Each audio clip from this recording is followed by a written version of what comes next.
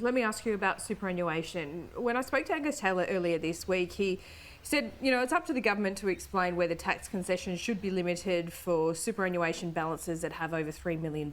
He didn't want to say whether it was a good or bad idea to go down that path. Do you think it's a good or a bad idea? Is it fairer to limit concessions for those with a balance of over $3 million?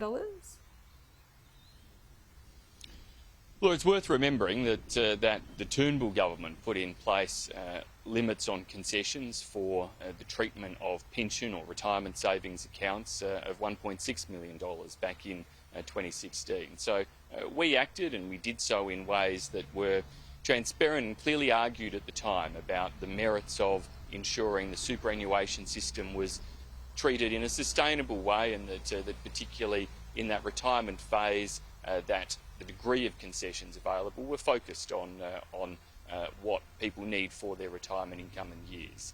Now, the government at present seems to be flying different kites. It's for them, if they're going to bring a policy forward, to explain that policy. But they also have to explain why it is they're doing the opposite of what they promised at the election.